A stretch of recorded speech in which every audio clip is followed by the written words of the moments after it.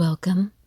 I wanted to talk about Elizabeth Little before I play Nicole Albert's testimony. I didn't know this about Nicole Little, who is part of Karen Reed's defense team.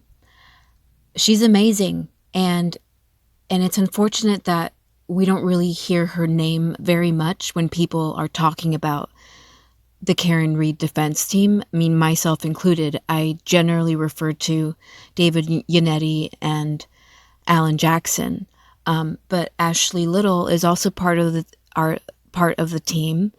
And recently, Martin Weinberg joined the team, and he's also excellent. He's like legendary in the field. But I wanted to read about Elizabeth Little from her website, from the law firm's website where attorney Alan Jackson also works. So it reads, Elizabeth Little, partner. Elizabeth Little is a partner at Worksman, Jackson & Quinn, LLP. She graduated Order of the Coif from the University of Southern California Gould, I'm sorry if I'm saying it wrong, School of Law, an honor reserved for the top 10% of graduates in each class. You see that, folks, for the top 10%. This is one smart cookie. Okay, let's play the video. This is Nicole Albert's testimony. I'm not sure which day number it was, but it was uploaded by Court TV on May 12th, 2024. And this is going to begin with Adam Lally, the prosecution, questioning Nicole Albert about why they chose to move from 34 Fairview. And then it's going to go into Ashley Little, attorney Ashley Little, questioning Nicole Albert. And that questioning gets very interesting. At some point, obviously you've moved from 34 Fairview to North, correct? Mm-hmm. And when about was it in relation to this incident of January 29th, 2022 that you moved? We moved in April of 2023. And with any plans or discussions were there in reference to moving prior to January 29th? Objection, Your Honor. So not the specifics, but generally, not the conversation. We had always planned to move, but it was in our plans that, what kids were starting to get older, we were looking to possibly downsize. So at the end of 2021, my husband's brother had sold his house. Objection. No, I'm going. She looked up in disdain right there when attorney Little, Ashley Little, said objection. Did you guys see that? Nicole Albert looked up in disdain, like contempt, like she's annoyed by attorney Little. And look at this face right here. What is that? Don't allow that. My husband's brother had sold his house and got a good deal for it. It sold pretty quickly. The market was really good at that time. So we just started thinking, hey, the kids are getting older. A couple of them had already moved out. We weren't going to be able to stay in that house. It's like a 5-bedroom house. Once our kids were gone, my husband and I wouldn't have been able to maintain that. Needed a lot of work. We couldn't afford it. So we said, maybe now's the time we should. And I just want to say, if Nicole Albert is lying right now about why they sold the house right then and there, or about this idea that they were talking about it for a while because they weren't going to be able to maintain the house after their children move out. Even if she is lying right now, she's sounding very convincing. I don't believe her. I do not trust her. Guilty by association, the wife of the devil, Brian Albert. I can't trust her. I think if you're Brian Albert's wife, you know some bullshit. You know some stuff. But anyway, she's sounding very convincing right here, and it's kind of making me want to believe her. But I just think I still say the timing is too coinky-dinky. Also, this was a generational home. Brian Albert lived in this house when he was a child. His parents custom built this house. So this was going to be a generational home. It was going to be like the house that they were probably going to pass down to their children. You know, why would you sell a house, especially in 2021, post-COVID, the housing market? Are you serious? And that house is worth probably a couple million for being a 5-bedroom house. I really don't know. Maybe you guys can tell me. But houses in Massachusetts, I know because I live here, they are ridiculous right now. I mean, housing everywhere is ridiculous right now. But I'm telling you, houses in Massachusetts are especially ridiculous right now. The overpricing of houses in this area, in this state. It's disgusting. So I'm just saying, if you own a 5-bedroom house that you have no mortgage on, you own it. You just got to worry about the taxes. You're really going to sell it in 2021? You're really going to do that? And again, it's a generational home. It meant something to Brian Albert's parents, you know, to her in-laws. 5 children, and they have 5 children. Not one of them were going to want that house. The Nicole Albert and Brian Albert were not going to pass the house down. Really?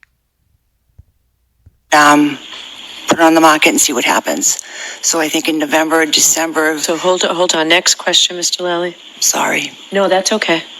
So you put it on the market, it sold, and then you moved to it. Objection leading. The objection sustained. Ask a non-leading question. When was it that the sale was finalized? April of 23. And as far as selling the house, what, if any, relationship did that have to what occurred on January 29th, 2022? It had no relation to it. We had already had thoughts and plans of doing it before that happened. We had reached out to a realtor in the end of 21. At any point while you were at the Waterfall Bar and Grill, did you observe Karen Reed stumbling, slurring her words, or otherwise appearing to be under the influence? I did not, but again, I never engaged in any sort of conversation with her. Did you observe your husband and Brian Higgins engaging in sort of practice fighting techniques while you were at the Waterfall Bar and Grill? I saw them fooling around with each other, yeah. Okay. Your Honor, if I could show just a screenshot of a video that's been previously marked. A screenshot of it? So, Nicole Albert is being careful. Did you guys see that? That Attorney Little said, she asked the question, did you see them in a, like, fighting practice stance, fighting practice position? And Nicole Albert did not like the way that was phrased, and so she changed the narrative, the phrasing to, yeah, I saw them fooling around. And you will notice in Jennifer McCabe's testimony, Jennifer McCabe does the same exact thing. Jennifer McCabe and Nicole Albert are sisters. Again, guilty by association. I'm sorry. Just bad juju, that entire family. And anyway, it's like these sisters are using the same tactics. These sisters were coached. They were absolutely coached. They were told, if the wording is at all painting somebody in a bad light that you don't want painted in a bad light, if the wording is at all going to cause someone to be, I don't know, incriminated into something, change the phrasing when you respond. Like, I can just see it, you know? It's not a coincidence that Jennifer McCabe did the same exact thing during her testimony. She would not accept certain phrasing. She would not answer to certain phrasing, yes or no. She would rephrase it how she wanted to rephrase it and then answer the question, which is not like what you do when you're testifying on the stand. You don't just get to rephrase the question and answer it how you want to. You're not the lawyer. Ugh. Sure. Yes, Your Honor.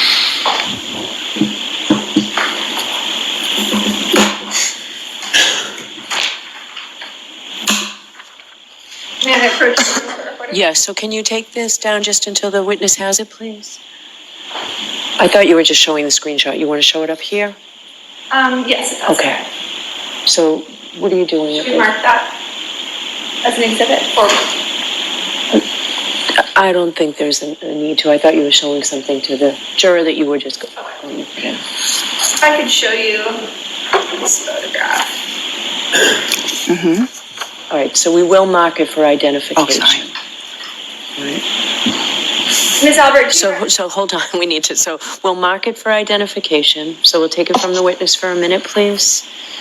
Sorry. We'll mark it for identification, but this is incorporated in what exhibit number? I believe it's exhibit 53, Your Honor. All right, just so our record's clear. Thank you.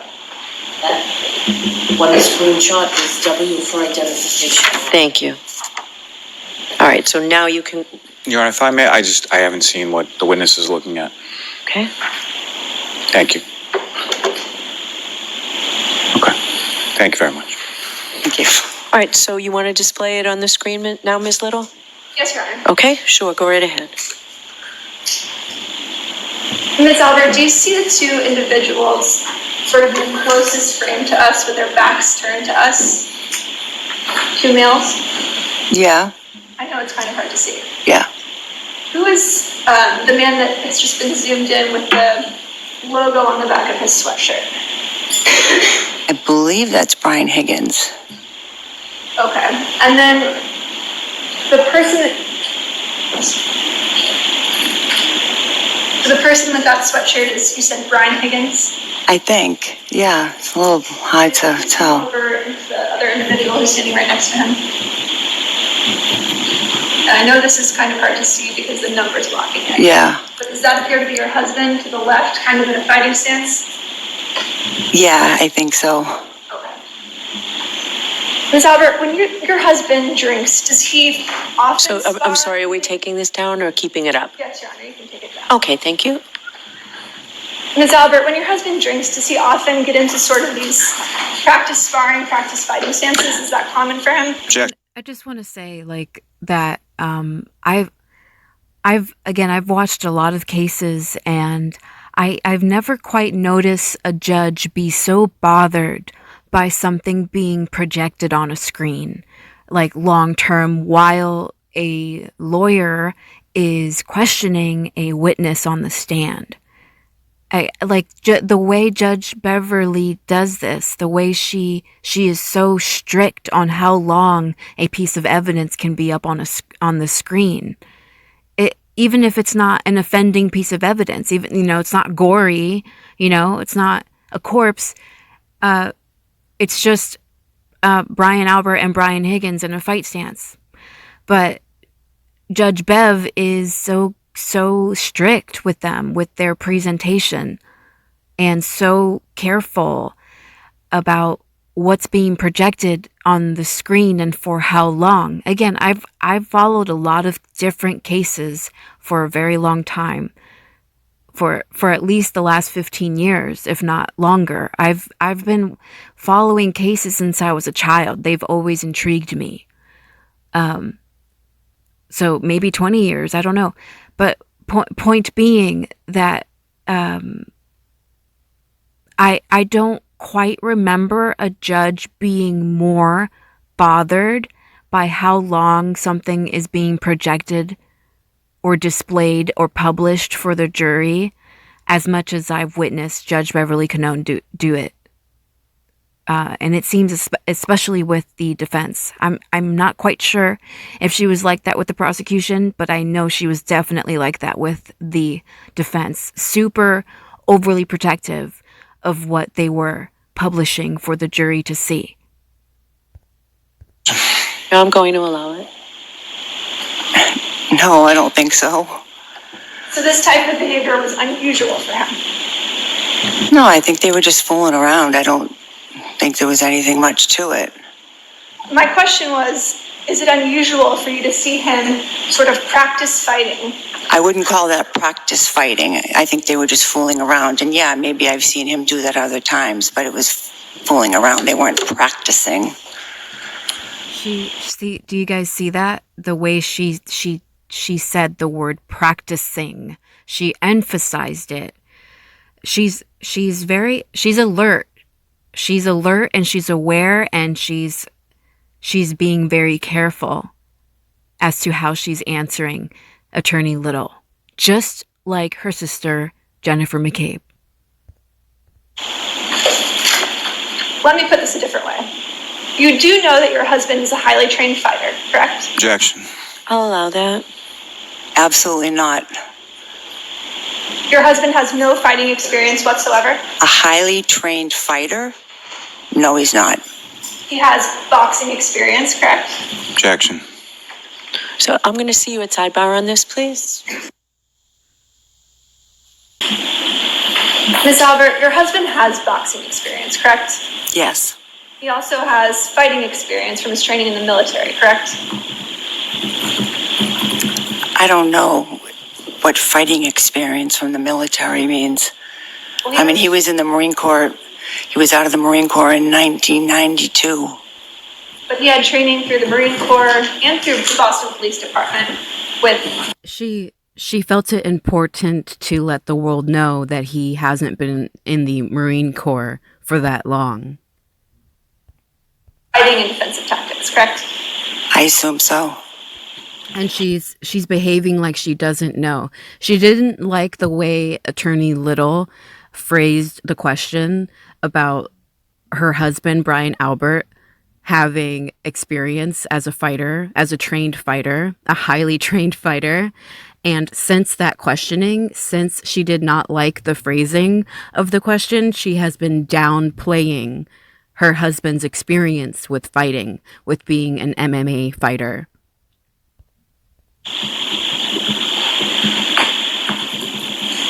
Ms. Albert, you testified earlier that you left the waterfall around, I believe, 11:45. Is that correct? No, I said I think closer to 12. Okay. Could I show you what's been previously marked as Exhibit 53? Your Honor, would I have permission to publish Exhibit 53? Okay. And Mr. Bates, if I could have you start the video at 5:14.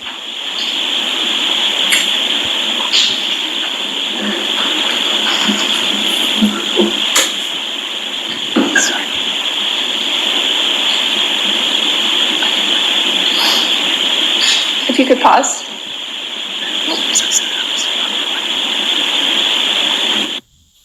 This video? No, I don't. Do you see the woman that's in the lower quadrant? Do you recognize that individual at all? I don't. I can't tell who that is.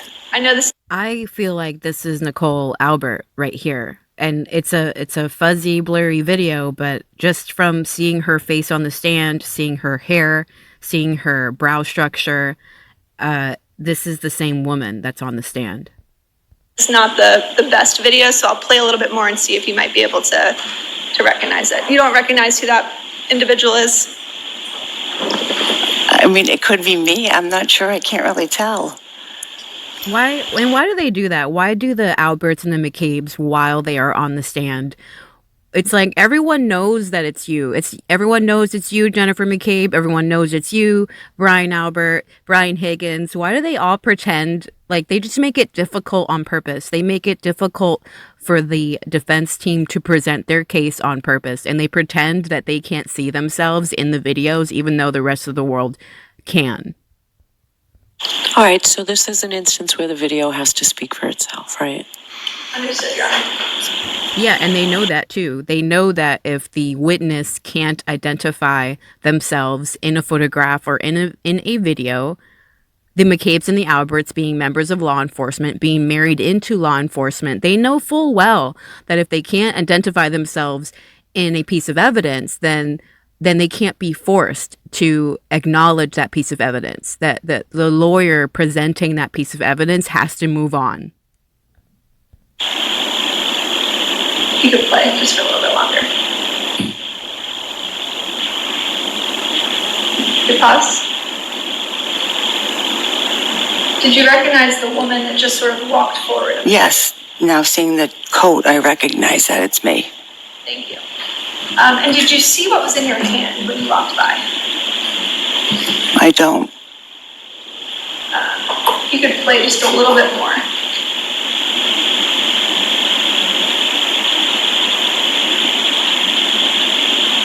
Ms. Albert, do you see you appear to be holding something? Yes. What is that? Looks like a can. And what time is that video taken?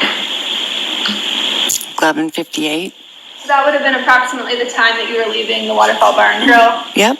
You guys had a fun night. It looks like you kind of grabbed the White Claw. You're about to leave. Is that correct? Yes. Okay. She called it a White Claw. And it makes me think of all the jokes of Judge Beverly Cannoni drinking White Claw at her cottage on Cape Cod. You testified earlier that you got home. So can we turn the lights back on and, okay, Thank you, Your Honor. okay?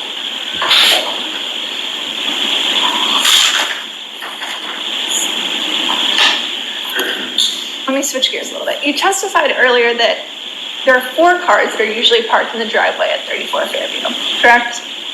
Yes. And you listed at least the make and model of about 3 of those vehicles. Yep. Do you recall that? Yep. You said there's a Cadillac that usually is parked in your driveway, there's a Ford Explorer, and there's a Ford Escape, correct? Yep. But you also said there's a 4th car. That's your husband's work vehicle. Yes. Yep. What type of car is that? That's a Ford Edge. A black Ford Edge. Yes. Yep. Is there a reason that you didn't want to state or commit to that in front of this jury when you originally testified? No, there's no reason. I was just trying to think of all the different cars. We have 5 kids. We've had a lot of different vehicles. I was just saying it as I remembered it. News coverage in this case has revealed the importance of the Ford Edge. Objection, Your Honor. Sustained. In your mind, a Ford Edge has significance to this case, doesn't it? Objection, Your Honor. No, can you answer that? Does a Ford Edge have significance in this case to you? I've heard it talked about. Yeah.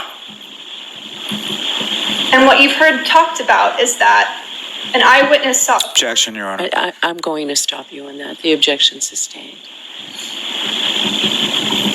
Ms. Albert, you know there's significance to the. I think it's laying the foundation here. I understand Adam Lally is a jerk and part of the cover up here, and he objects when he knows that something important is coming through, but it's also Attorney Little's foundation. She has to build a foundation first. She brought up the news accounts about the Ford Edge without really building a foundation, and she should be asking Nicole Albert, what about the Ford Edge have you heard? That's building the foundation. She's kind of jumping, Attorney Little is kind of jumping ahead.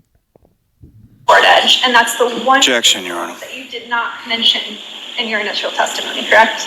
So I'm going to allow that question. Can you answer that?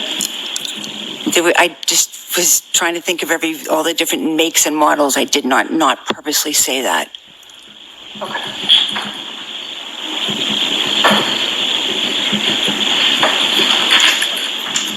Where did your husband strike that? You testified earlier that you weren't sure exactly where Brian Higgins parked that night when he arrived at your house, correct? Right. And you said, I'm not sure, but then you gave a pretty vivid description about him being parked, you think, in front of the house by the mailbox facing away from your residence, correct? Right. Yep.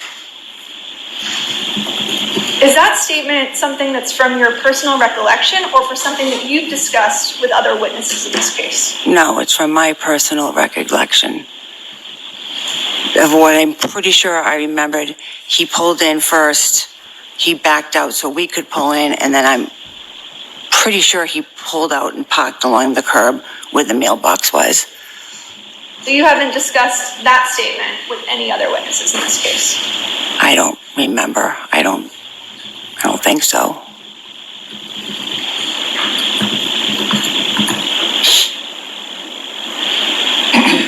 You testified earlier that when you arrived at 34 Fairview, your son, Brian Albert Jr. was there. Julie Nagel was there, Sarah Levinson was there, and that your nephew, Colin Albert, was also present, correct? Yes. Okay. Can you describe sort of your interaction with Colin Albert when you walked in the door? It was literally, I was coming in, I think we almost bumped into each other. I said, I didn't realize he was there. I said, hey, what are you doing here? He said, oh, I just come by to see Brian, but my ride's on its way. I'm about to leave. And I said, oh, okay. And I said, all right, I see ya. And he just kind of continued on. I think he must have went out the door. So when you first testified, I believe you stated that you saw Colin seated at the table with Brian Jr., correct? When I testified, when? Earlier today. I don't believe I said that. Shortly after he got up. No, I don't believe I said that. You never said that he was initially seated with Brian Jr.? No, I'm pretty sure I said when I walked in, I immediately saw him. So when you walked in the door, you're saying he was already leaving to go get his ride, correct? He was standing and looked to me like he was getting ready for someone who was coming to pick him up. Got it. And when you pulled up with Brian Higgins and Brian Albert, that all happened around the same time, correct? Yes. And you have never mentioned seeing any other vehicle waiting outside the house for Colin when you arrived, correct? No.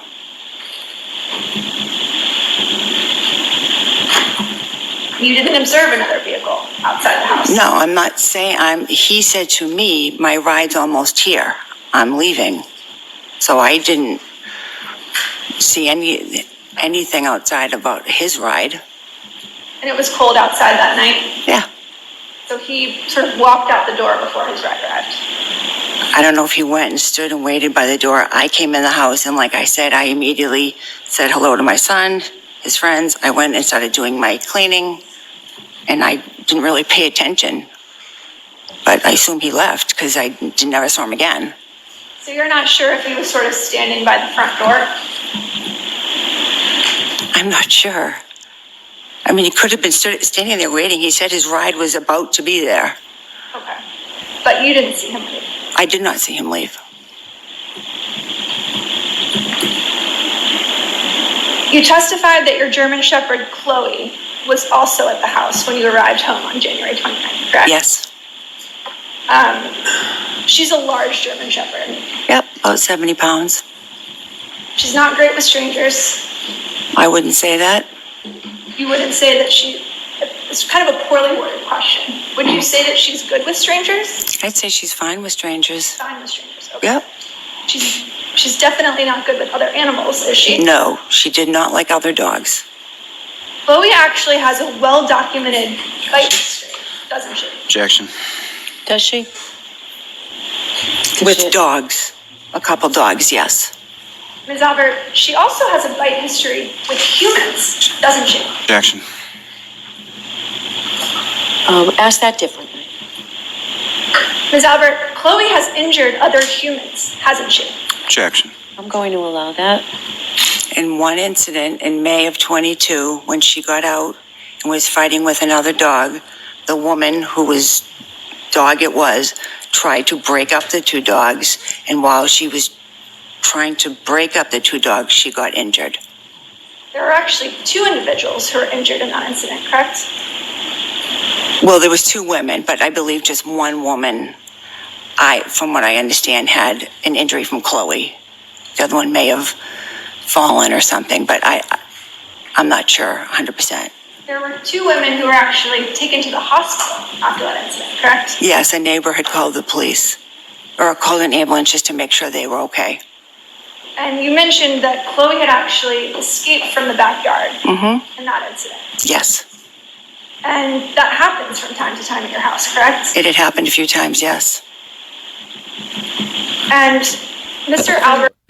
So right there, folks, me, someone who has followed a lot of cases, and particularly a lot of dog cases where dog owners are held responsible for the actions of their animals, of their dogs, because the law doesn't see the dog as necessarily a problem, the law looks at the dog owners. What did the dog owners do to create a situation in which the dog escaped or in which the dog attacked someone? The law is always going to look at the pet owners more so than the actions of the animal. The animals are just being animals. It is ultimately the responsibility of the pet owners to make sure that animal doesn't escape to cause harm to someone else, doesn't cause damage to someone else's property or person. And so right here, Nicole Albert is admitting that they did not have control of Chloe. She has escaped several times before. She has escaped their gated backyard several times before. They did not have control of their own dog. And how is it that her husband, Brian Albert, is comfortable on the stand, very clearly saying, yes, 2 women were taken to the hospital because of Chloe, whereas Nicole Albert, his wife, struggles to tell the truth, struggles to be specific as to what actually happened. She's being ambiguous on purpose. Let Chloe out when he arrived that night, correct? Yep.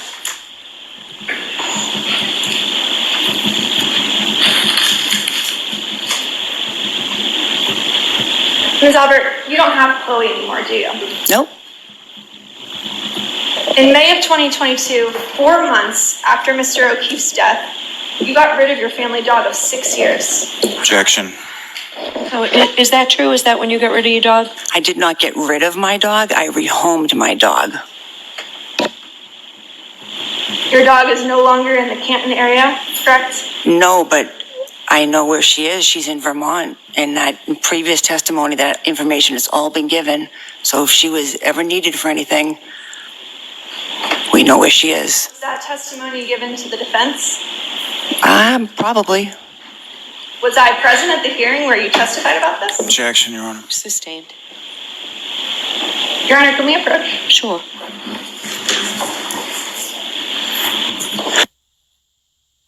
Wow. Did you guys see that? She just shook her head and looked up. She's annoyed with Attorney Little. Wow. She has contempt and disdain, very much like her sister, Jennifer McCabe. Thank you, Your Honor. Okay.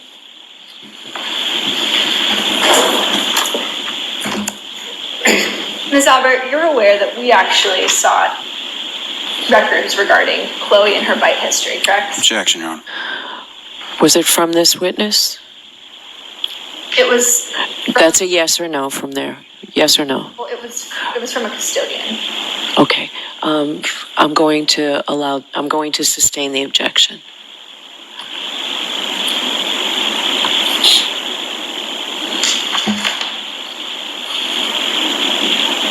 All right, Ms. Albert. So when Attorney Ashley Little said it's from a custodian, it should have been accepted because it's not hearsay. It's not a record kept outside of the court. It's not hearsay if it was provided by the custodian of the records and if the records were made contemporaneously.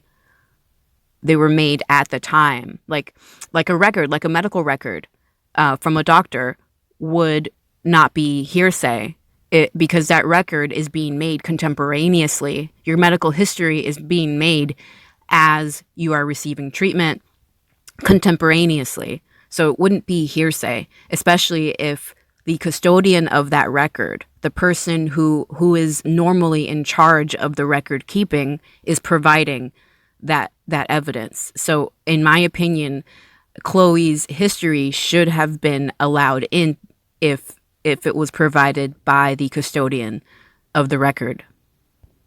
I want to direct your attention back to the early morning of January 29th. Mm-hmm. You testified that everyone who arrived at your house just after midnight was sort of generally gathered at the table in the kitchen area, correct? Yes. And over the course of that evening, you had never heard any sort of disruption inside, correct? No. You didn't hear a crash? No. Certainly There never needs heard- to be an answer. Sorry, no. You certainly never heard any screaming or yelling, No. and you never heard the screech of any brakes outside, correct? Correct.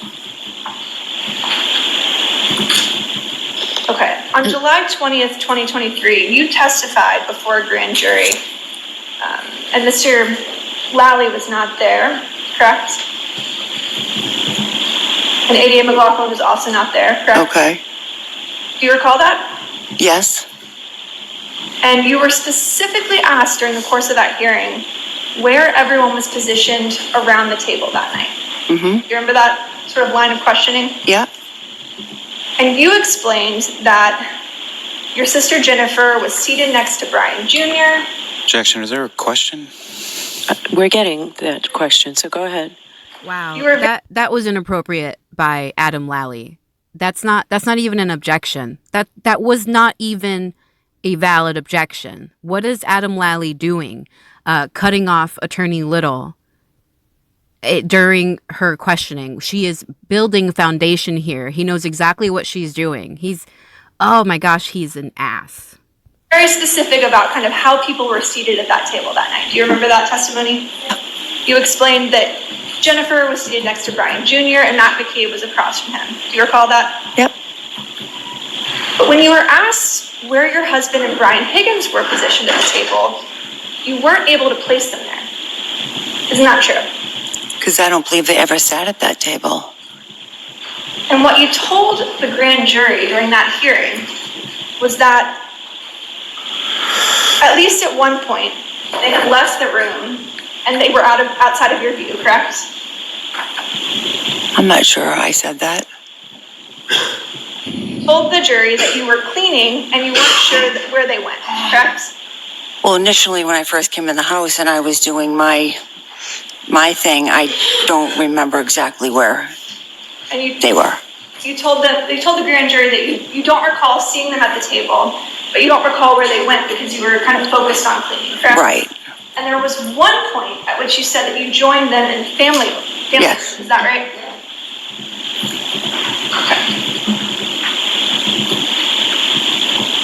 But while you were cleaning, you said, I don't really know what they were doing, but they weren't there, correct? Yes. So you recall your husband and Brian Higgins left your view and went to some other place in the house that evening, correct? They could have. Ms. Albert, how many steps is it from the front door to the basement? Steps. It's a poorly worded question. I will rephrase it. When you open the front door of your house, how many steps does it take to get to the door to the basement? 4 or 5.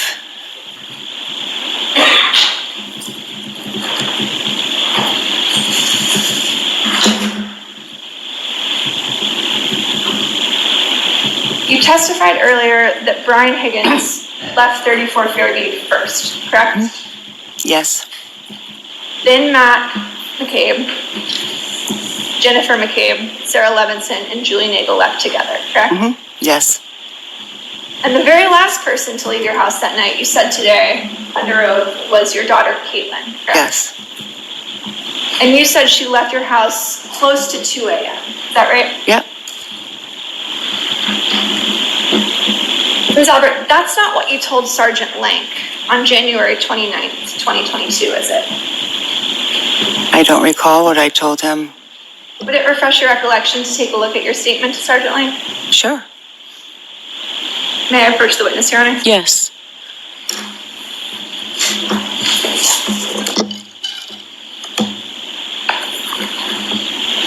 She is shaking her head right here. Nicole Albert is ever so slightly shaking her head. She's not comfortable with what's happening right now.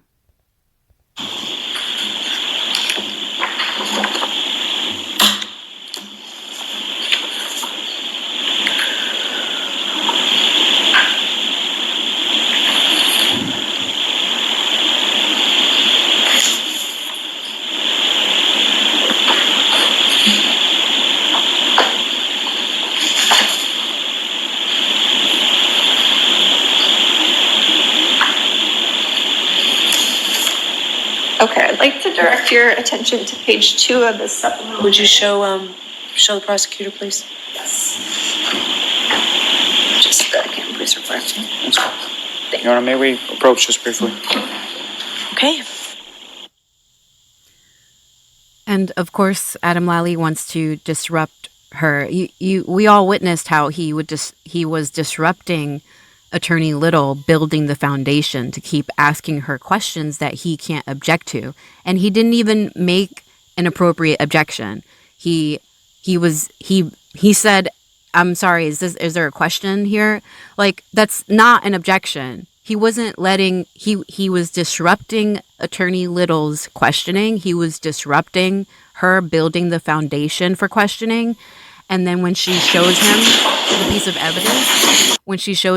of evidence, he immediately wants to disrupt again by going to sidebar. Ms. Little, maybe you can clarify that. Sure. May I approach? Yes. Okay.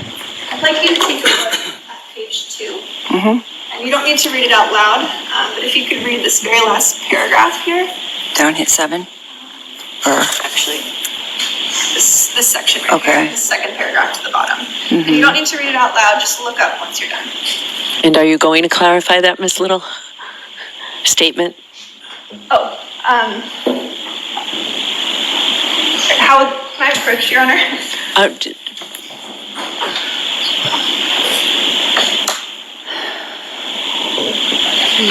Nicole Albert sighed and then shook her head. She shook her head as she was sighing. She's annoyed and she's uncomfortable. Ms. Albert, this is just a police report containing an interview that was conducted, correct? Yep.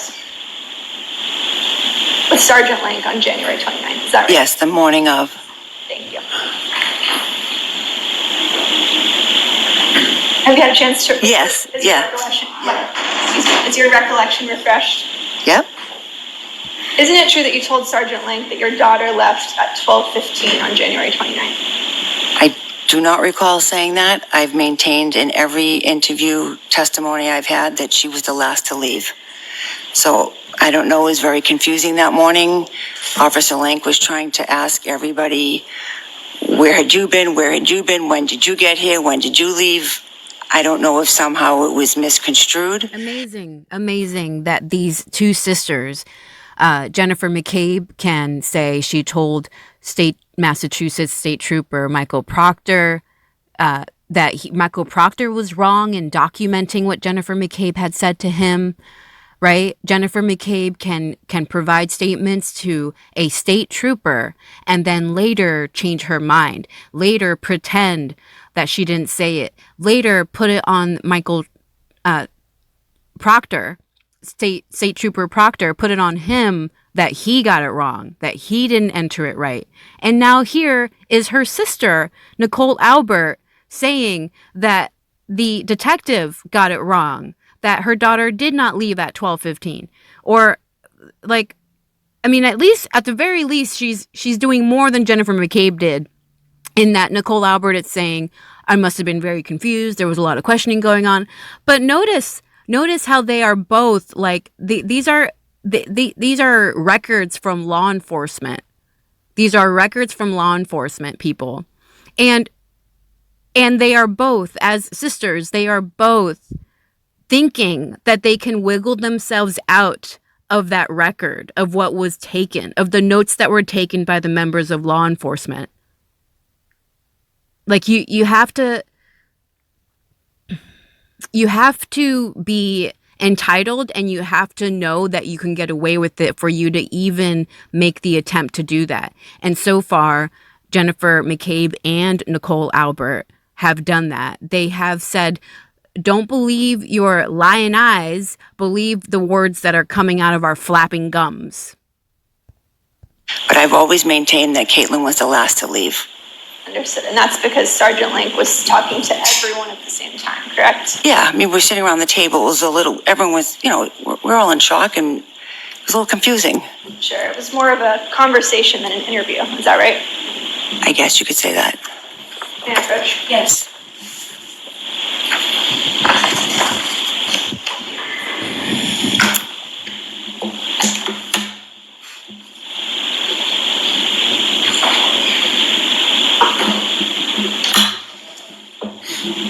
Ms. Albert, do you deny saying that to Sergeant Lank? I don't believe I said that. I think maybe someone was saying, oh, Jen and Matt got there at 12:15. He misunderstood. It got misconstrued later in his notes. But I've always said, in any other time I was questioned, that my daughter was the last one to leave. So I don't. So you weren't trying to protect your daughter? No. You were forthcoming about always providing the troopers with information about the individuals who were present that night? Yes. I don't buy it. She would have had to lie. She would have had to lie. She would have known that her own dog bit John O'Keefe. She would have known that all of this happened, guys. She would have known. She would have seen the evidence.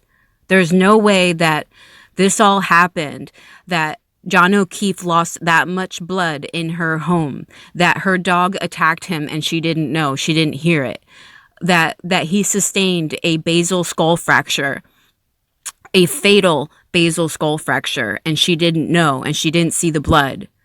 You know, and there's no way she didn't see what happened in that basement, the at the very least the aftermath of what happened. There's no way she does not know why Brian Albert had the basement refinished. Like, this woman has to be lying. Ms. Albert, you and your family discussed this case at length before your interviews with law enforcement, correct? Objection. I'll allow it. Did you? Of course, we discussed the case, but just everything that was going on, we were trying to figure out what happened.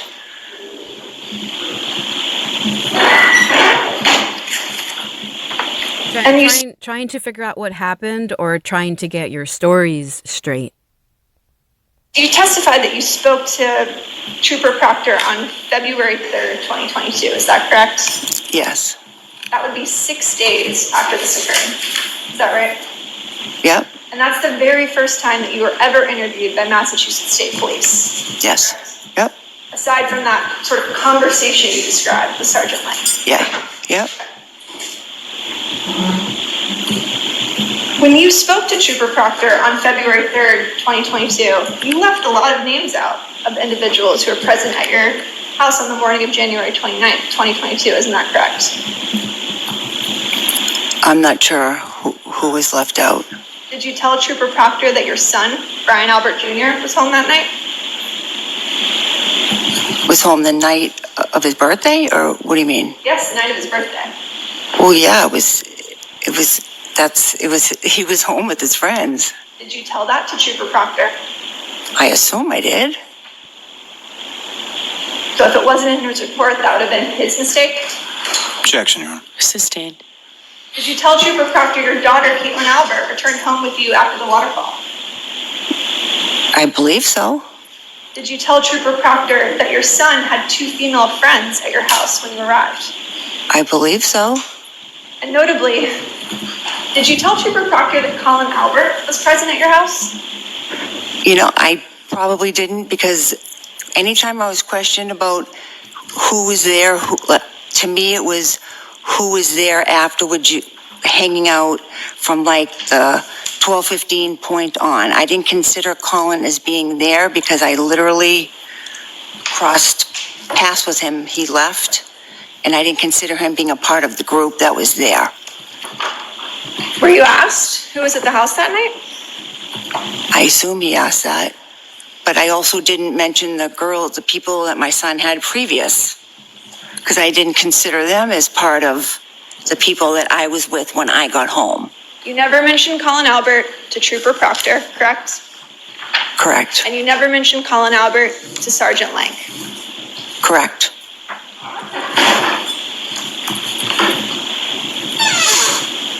Ms. Albert, you knew that if you gave Trooper Proctor the name of your nephew, that he would have to interview him, correct? Objection. All right, I'm going to sustain that objection. She shook her head again and rolled her eyes up into the ceiling again. There's a lot of annoyance coming from Nicole Albert. She very clearly was playing a part like everyone else was. Everyone was, they must have all agreed to make it seem like Colin was not there. Chris's son, Chris Albert's son. Chris Albert being Nicole Albert's brother-in-law, Chris Albert being a select board member for the town of Canton. Chris Albert must have told them, my son wasn't there. Just like they said, John O'Keefe never went inside the house. Colin wasn't there. Colin was there briefly and went home unscathed before anything happened, even though he had wounds on his fist shortly after this event. You didn't want your kids or your nephew to have to tell the police what they saw, what they heard, and what they did that night. Objection. I'm going to allow that. Is that true? That is not true. But you never told Trooper Proctor about Colin Albert. I didn't mention Colin because I didn't consider him as part of the group that we were hanging out with after the waterfall. Right, so right there, she's telling everyone she was selective in placing people there. She made the determination of who she was willing to say was in her house that night. And if you were there, according to her, temporarily, then you weren't really there. Like she is telling us that she did not actually provide accurate statements. She selectively said who was there according to how she deemed it, according to how she determined their significance being there or not. She therefore did not provide honest statements. Because he left as soon as I walked in.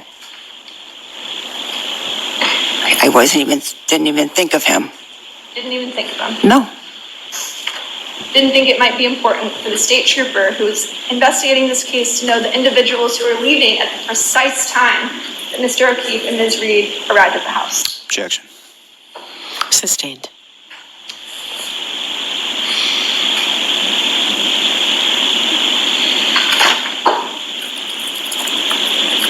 Ms. Albert, what's the first thing you remember waking up to on the morning of January 29th? My sister bombing into my bedroom. Okay. Your Honor, if we could approach. Okay, approach sidebar, or you? Okay. Yes. So, Ms. Little, we're going to mark what you have in your hand for identification. Thank you.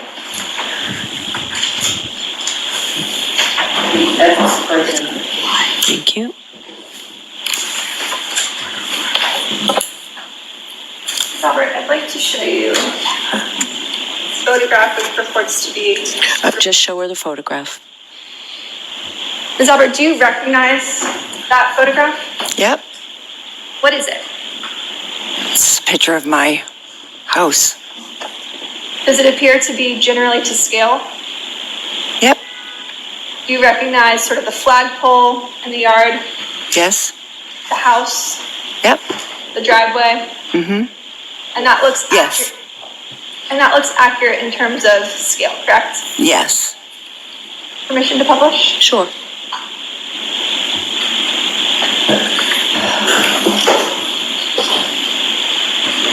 Ms. Albert, where is your bedroom located? Do you want me to show it? Yes, if you could explain. Right up here. So, your bedroom is in that upper left-hand quadrant, correct? Mm-hmm. Yes. The far left window, that's your bedroom window. Yep. Is that right? Yep. The two of them. So on January 29th, you had two bedroom windows on the left side of the house that were facing the front lawn where Mr. O'Keefe. Yeah, they would have seen John O'Keefe's body lying by the flagpole. They had the closest windows to it. Whether it was the top floor or the bottom floor, they had the closest window view to where John O'Keefe would have been. And remember the 911 calls that Jennifer McCabe made.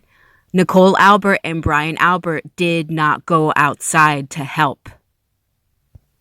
O'Keefe's body was found, correct? Yes. You're aware that Ms. Reed, Jennifer McCabe, and Carrie Roberts arrived outside your property around 6:04 a.m., correct? Yes, Did you hear any fire trucks that morning? I did not. Did you hear any ambulances? I did not. You didn't see the flashing lights of emergency vehicles outside your bedroom window? I did not. My blinds were shut, my curtains were closed. I did not see anything. You testified the very first thing you remember was Jennifer McCabe waking you up in your bedroom. Yes. So, I'm sorry, just to keep track, are we going to take this down now, Ms. Little? Or you keep the lights on? I just want to keep track of that. Yes, ma'am. Okay. Thank you. Okay.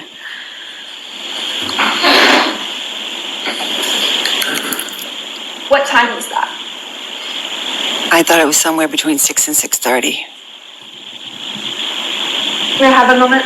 Sure.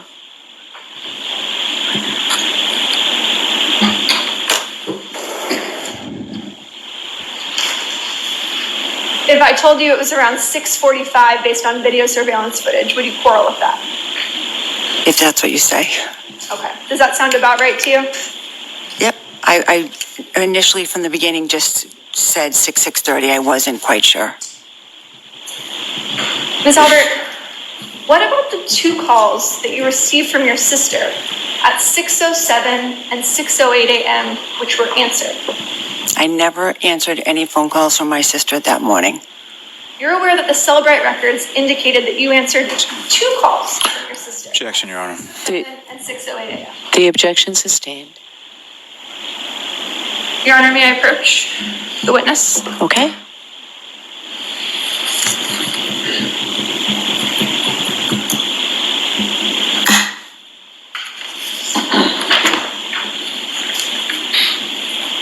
If you could take a look at this report.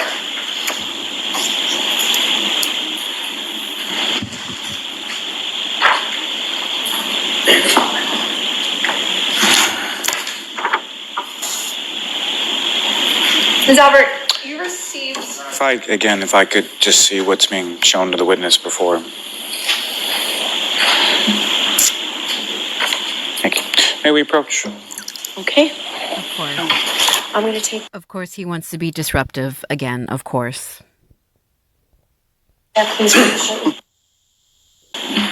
All right, so let's mark one for identification, please, Ms. Little. Thank you.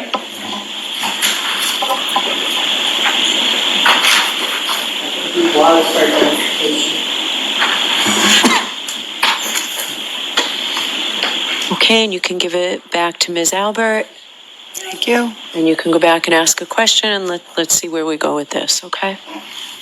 Ms. Albert, do you recognize this document? Recognize it? Do you know what it is? Well, yeah, I see what it is. Does it refresh your recollection as to the two calls you received on the morning of January 29th? It says here 2 calls were placed. Okay, don't read it, but you were asked a specific question, so if you could answer the question, please.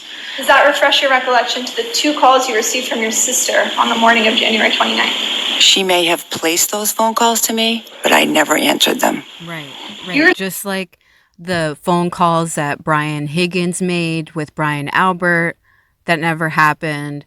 Jennifer McCabe saying she never called. But we all heard the recording of Jennifer McCabe's voice. We all heard that recording when she says there's someone coming out to help, and she immediately hangs up. They all kept their phone calls short that night. Again, they must have all had a meeting. They must have all talked and got their stories straight, got their protocols straight. And they were like, if you're going to make a phone call, make it brief, make it quick. Because then we can always say it was a butt dial. Then we can always say you never answered. Received a call from Jennifer McCabe on January 29th at 6:07:42 a.m. that lasted for 9 seconds, correct? She may have placed a phone call to me. I never answered it. I never spoke to her that morning. You also received a second call from your sister at 6:08:17 a.m. that lasted for 7 seconds, correct? Objection. Go ahead and answer that. It says that, but I never answered a phone call from my sister Jennifer that morning. And I will leave the link to the video in the description below. But But again, what are they doing? What have the McCabe's, the Alberts, and Higgins, what have they all done throughout this trial? They have all lied. They have all lied despite the evidence. They have all said the evidence is wrong. Every single one of them have all said, yeah, that's the evidence. That's the irrefutable cell phone data. Irrefutable cell phone data. But it's not right. It's not accurate. It didn't happen that way. Don't believe your lying eyes. Believe my flapping gums. This entire family, the McCabe's and the Alberts, they are lost souls. They really are. They think they're smart. They think they're slick, but they got a whole hell coming to them. Believe that. And if not in this life, certainly the next one. They are as black and corrupt as a system, a system like family can be. They have a system. They have a machine they are running. They are not just a family. They are running a system here, the McCabe's and the Alberts. And it's a rather effective system because look what they got away with so far. They literally got away with murder. They got away with covering up someone's death and pinning it on an innocent person. They are all high on their power right now. They are all entitled with their power right now. And they most certainly have power. But it will come back to bite them in the ass. Believe that. Thank you for watching.